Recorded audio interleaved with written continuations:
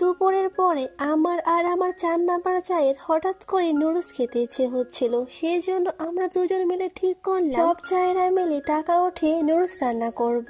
আসসালামু আলাইকুম প্রিয়, তোমরা সবাই কেমন আছো? আশা করি ভালো আছো।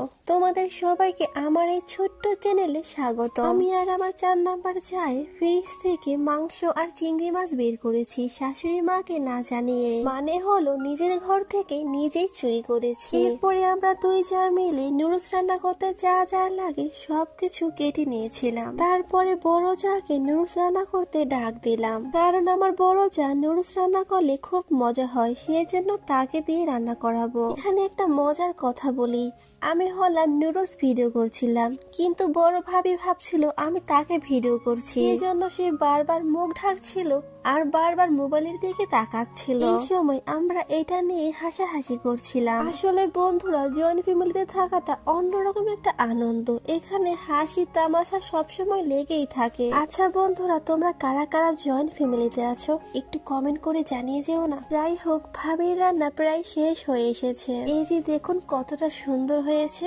আর সত্যি বলতে খুব মজা হয়েছিল।